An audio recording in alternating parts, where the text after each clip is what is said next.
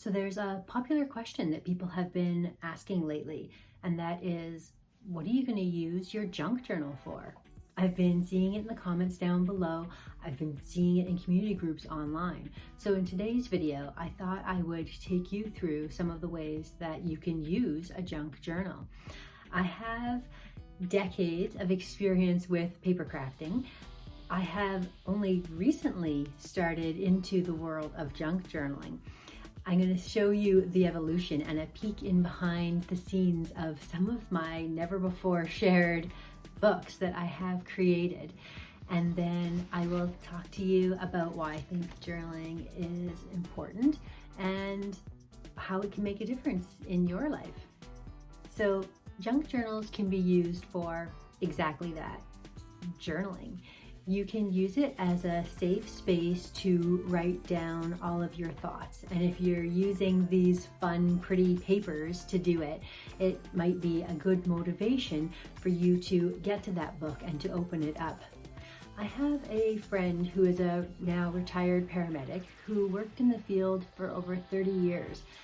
In that time, he suffered a lot of trauma, and it resulted in PTSD that he actually used journaling as a key tool in processing a lot of those feelings and emotions. It's not just mental health issues that are good for journaling. I mean, it certainly could also help anxiety or depression, but it is also good for just processing your own thoughts, getting things down on paper, being still, getting away from screens.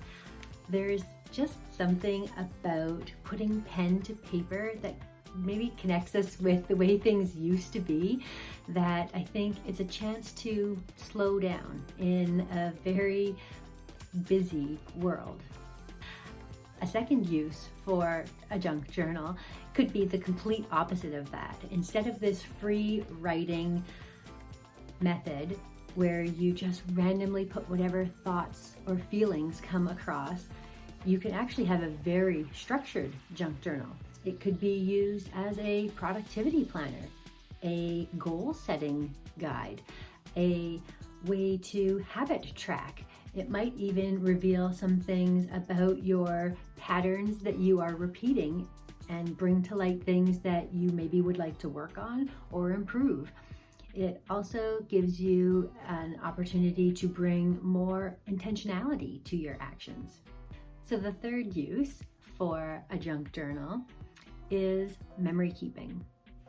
I have a saying that I think is very applicable in many aspects of life, but nothing more than in raising kids.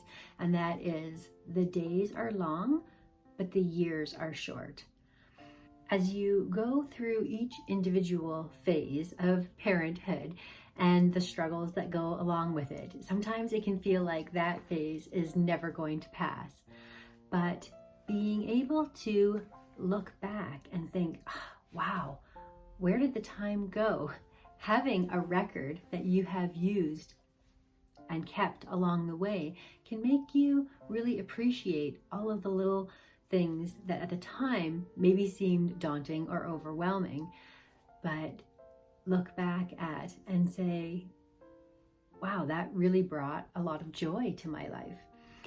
For me, memory keeping is focused on the written word. It could be typed out and printed, it could be handwritten, but it's really focused on journaling, which leads us into our next method of using a junk journal, and that is probably my favorite, scrapbooking. So what's the difference between memory keeping and scrapbooking? Well, a scrapbook is a very specifically designed album that has decorative elements as the main focal point of the book. Gosh, there are so many scrapbook albums that I have done over the decades that I wished I had included more details on the emotion or the dates or the locations, all of the different things that I was so busy making sure the design was so appealing that I didn't actually get down some hard, cold facts that I wish I would have documented.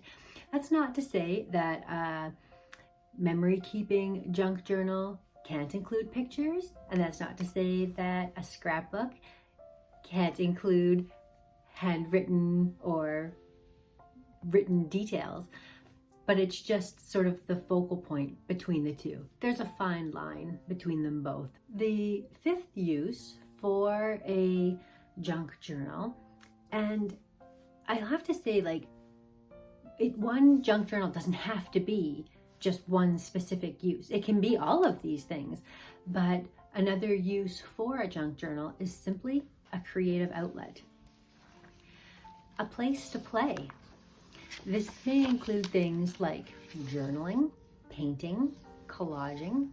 One journal I have specifically started to capture inspirational quotes that resonate with me, that you could do the same with the idea of a different theme, like movie quotes or song lyrics that have had an impact on you. The sixth use for a junk journal would be what I would call a lookbook. Simply things that speak to you. You can collect things from magazines, maybe of a place you'd love to visit, maybe of a garden you'd love to have, a house you'd like to live in, just things that really speak to you and that you just really enjoy looking at, so that you can collect them all in one place and then literally sit down and flip through the pages and look at all these beautiful images that inspire you. You can pick a theme. Maybe it's your favorite animal. Maybe it's the plants you wish you could grow, a list of books you'd like to read, or movies you'd like to watch. Whatever makes your heart sing can go inside your lookbook. A junk journal can also be a grateful journal, a place to record your gratitude, a place to take the time to sit and notice on a daily basis maybe 5 things that you appreciate for that day. They can be simple or they can be grand, but bringing attention to positive things in your life will have an impact moving forward, where you really start to notice these things because you're looking for the positive in everything. So there are so many different things that you can use a junk journal for. You can use it as a travel log. Did you know the term traveler's notebook? I have carried a traveler's notebook with me as a way to jot down the details of my trip, so I can remember which day, which things happened, or maybe a funny thing someone said or that I saw along the way, just to capture those details so that when I go back to scrapbook, I have a little record of it. Or you could use your junk journal as a scrapbook for your travel plans. You could go through and actually capture on a day-to-day basis in one contained book the entirety of your trip. You can do the same thing for a cookbook. You can take all your favorite recipes and compile them in one place. I actually intend to do this with one of my junk journals. The Daphne's Diary magazine has quite a few beautiful recipes in it. So it's my intention to actually start collecting those recipes, and because they're all in the same format and beautiful looking, they'll look absolutely stunning in my junk journal. Leave a comment down below about which one of these ways you've used a junk journal for before, or which way do you think resonates the most with you. The truth is, your style will develop and evolve over time. There's no rules, there's not one specific thing you have to use a junk journal for, but a lot of people seem to be looking for what other people are using their junk journals for, so I thought I would come on and just share my thoughts and opinions with you. If you are interested in seeing how I created a junk journal recently, I can leave a link for you here so that you can walk through the entire process from start to finish. I used an old book for this one. Some people may even call it an altered book versus a junk journal. But that's a whole other video. If you're interested in me doing a video about what a junk journal is, leave a comment down below. Thank you so much for watching, and we'll see you again next time.